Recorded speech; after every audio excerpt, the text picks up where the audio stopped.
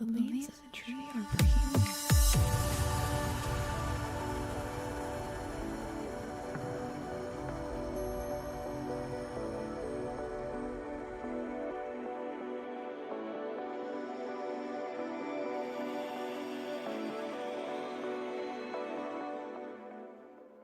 As we live our lives, we go through different experiences and we label them as good or bad, depending on our preconceived notions and our past experiences of how things played out for us.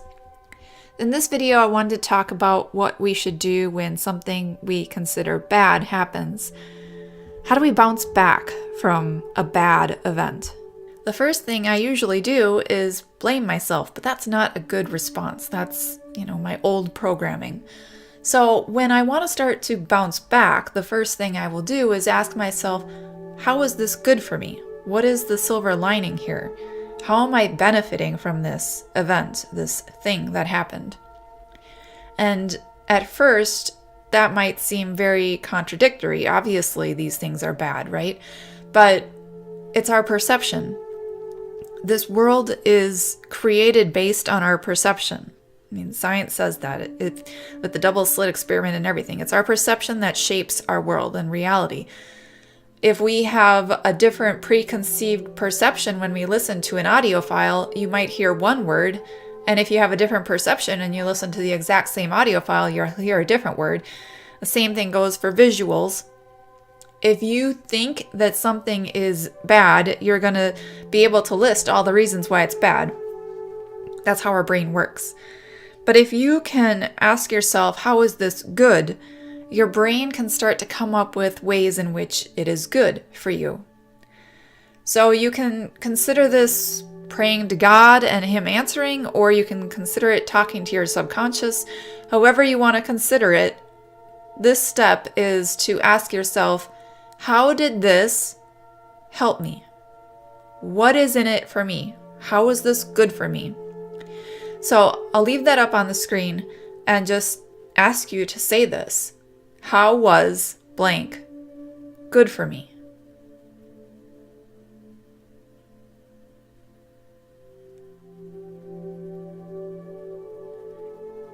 If something came to your mind, you might want to write it down. If it didn't, don't worry about it. What I've found is that it'll come back. It'll pop up later on, maybe when you're meditating, which brings me to step 2. First, we have to release this, and, we can't change the past in this sense. Something happened to you and you're not changing that. It happened. There's no reason to worry about it anymore. It's happened. You're not going to be able to go back in time right now and change it. It happened. So release it. You can call this giving it up to God, saying it's in your hands now, or just letting it go, because holding on to worry about something that you can't change, it already happened, is just no good for you at all. It's holding a burden on your shoulders. So let it go. And once you let it go, you'll start to feel a little bit better. Physically, you'll actually feel like the weight of the world has been taken off if you can actually just let it go. It might take a few times, though. It depends on how good you are at this and how big the problem or how small the problem was, which wasn't even a problem, right? If we can wrap our minds around that. So just let it go and believe that everything is happening for a reason. There is a positive to it. This is going to help you in the future. And then meditate, or take a nap, or actually go to sleep if it's at nighttime. You want to give your body a break from thinking about it, but you definitely want to try to release it before you do those things. Obviously, before meditation, that'll happen, but before a nap or before sleep, people tend to not do that. They might just crash if they're tired enough. So really try to give yourself some time to just say, I don't want to deal with this anymore. It already happened. I'm giving it up. There's no reason to hold on to it anymore. And everything's going to work out okay in the future anyway. This thing, it served a purpose. Even if I don't know what it is right now, I know that it served a purpose. And I will figure out what that purpose is in the future, but I don't need to know it right now. and then go ahead and take a nap or sleep or meditate. The third step is to listen to music or videos or watch videos that will help you increase your frequency, your emotions, to get up to a higher state of being. It's not going to be like flip a switch depending on how big the issue is, but you can find relief in just listening to pleasant music or a funny video of an animal or something. So I suggest sometimes for, the religious people following me that there's a playlist of messianic music that might uplift you. And some people might just want to listen to music they listen to normally, but if you just lost your lover, don't listen to music about people who lost their lover because they're sad. And it might feel like, that's where you're at, and so that's what you should listen to, but actually that just drags you down and keeps you in that lower frequency of, it keeps you wallowing in the despair, and so you can never move up. What you want to do is get something a little bit higher frequency, a little bit more loving and cheerful and all that stuff, so that it can raise your frequency emotional level up higher so that you can feel better. You don't want to wallow, even though a lot of people tend to wallow, and I know I used to in the past. No judgments there, but we're trying to bounce back.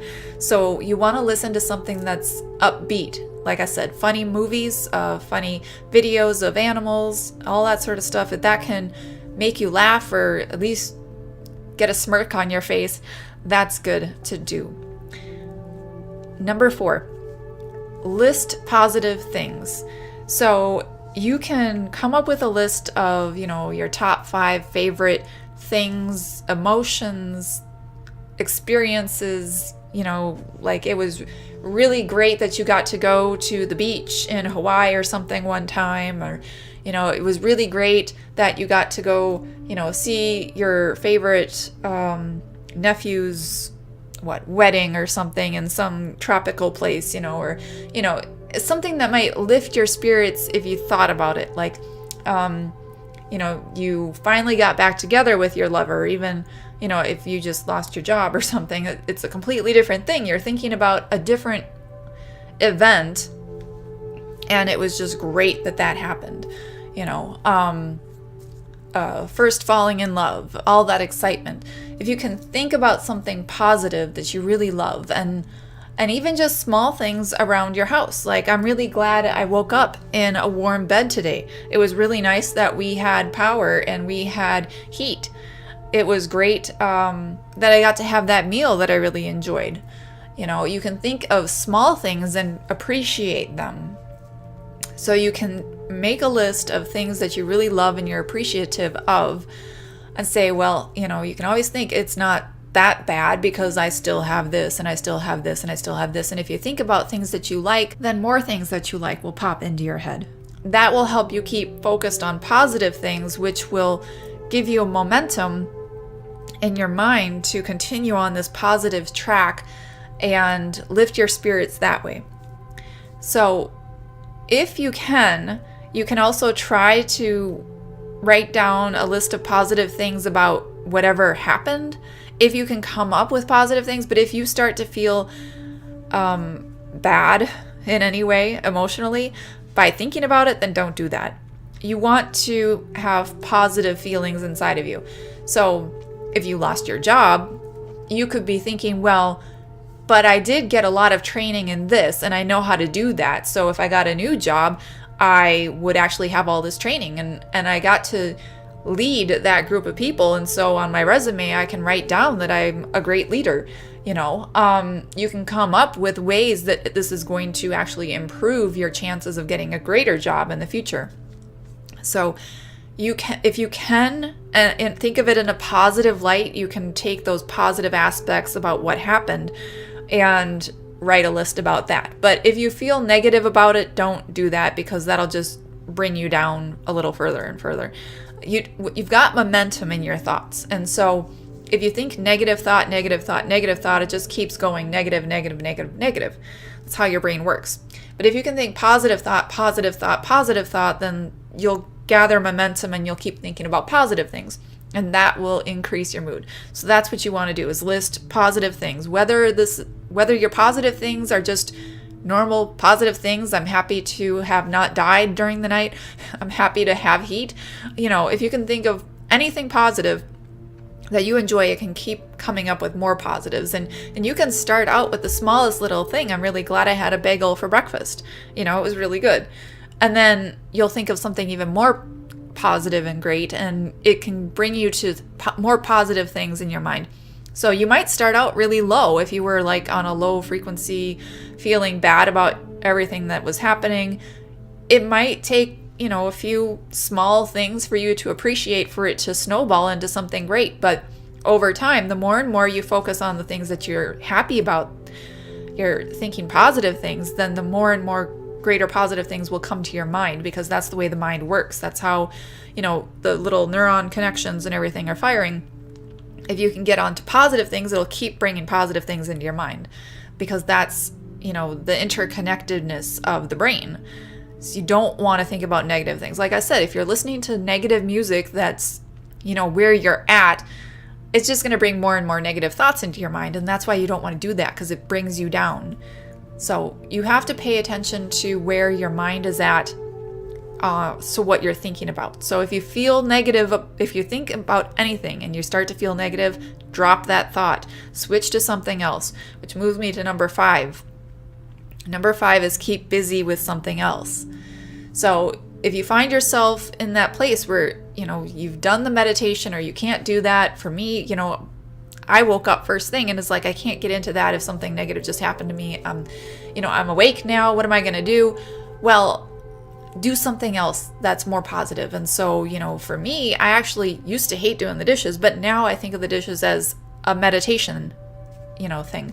So I would listen to something positive on YouTube while I do the dishes, and it's sort of a meditative state for me. But that keeps me busy. I'm focused on listening to something, and I'm focused on something else with my hands. And so then you're not thinking about whatever happened. And if you can't figure out what to do, you can pray or just ask the subconscious, however your thoughts are on that, and just say, what can I do that will help increase my mood? And then just wait for a response, and something might pop up into your mind. And you can do that if you think that that's, an answer to your prayer. Even if it seems like the smallest little thing. I mean, maybe you might be led to just do some cleaning. And I don't mean just the dishes or something. You might clean your house or go vacuum. And then, it's just busy work maybe, but it will get your mind into a different state. Vacuuming can be very meditative too. And when you're done, the house is cleaned, which helps clear your mind too. So you can, get a win-win out of that situation.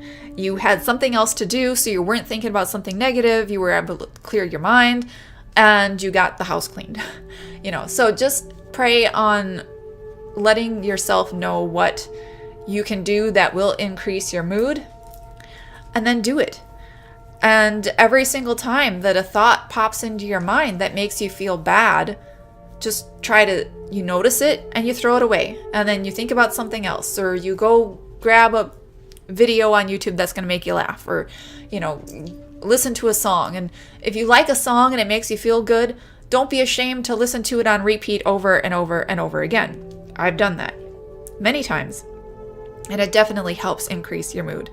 And I actually may do that after this video. So I hope you enjoyed this list of things to do to bounce back from something negative happening in your life. Chris White once coined the phrase short-term New World Order freakout syndrome to explain what it's like to have your perception of the world shattered. Of course, it's not just about the shape of the world, whether it's flat, round, or something else entirely.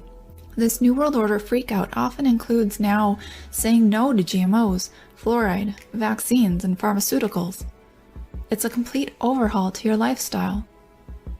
And trying to explain that mainstream media is just propaganda to promote false flags, division, and more can really put a strain on your relationships. Have you gotten tired of being mocked by your own family for what you share? We've all been there. Are you treated like the black sheep because of the commandments you keep? I get it. We're all trying to figure things out together, but sometimes you just have to let your family and friends be. Plant the seed and wait and see. But while you wait for them to catch up, do you wish you had someone to talk with who gets it? That's what Truth or Talk is for. Being able to discuss what's going on in your life and what you're interested in without feeling like you're going to be judged as a crazy conspiracy theorist who should be on drugs or committed. No subject is taboo, and I'd love to hear from you. Simply truthertalk.com. Simply make an appointment and let's talk, Truther. Believe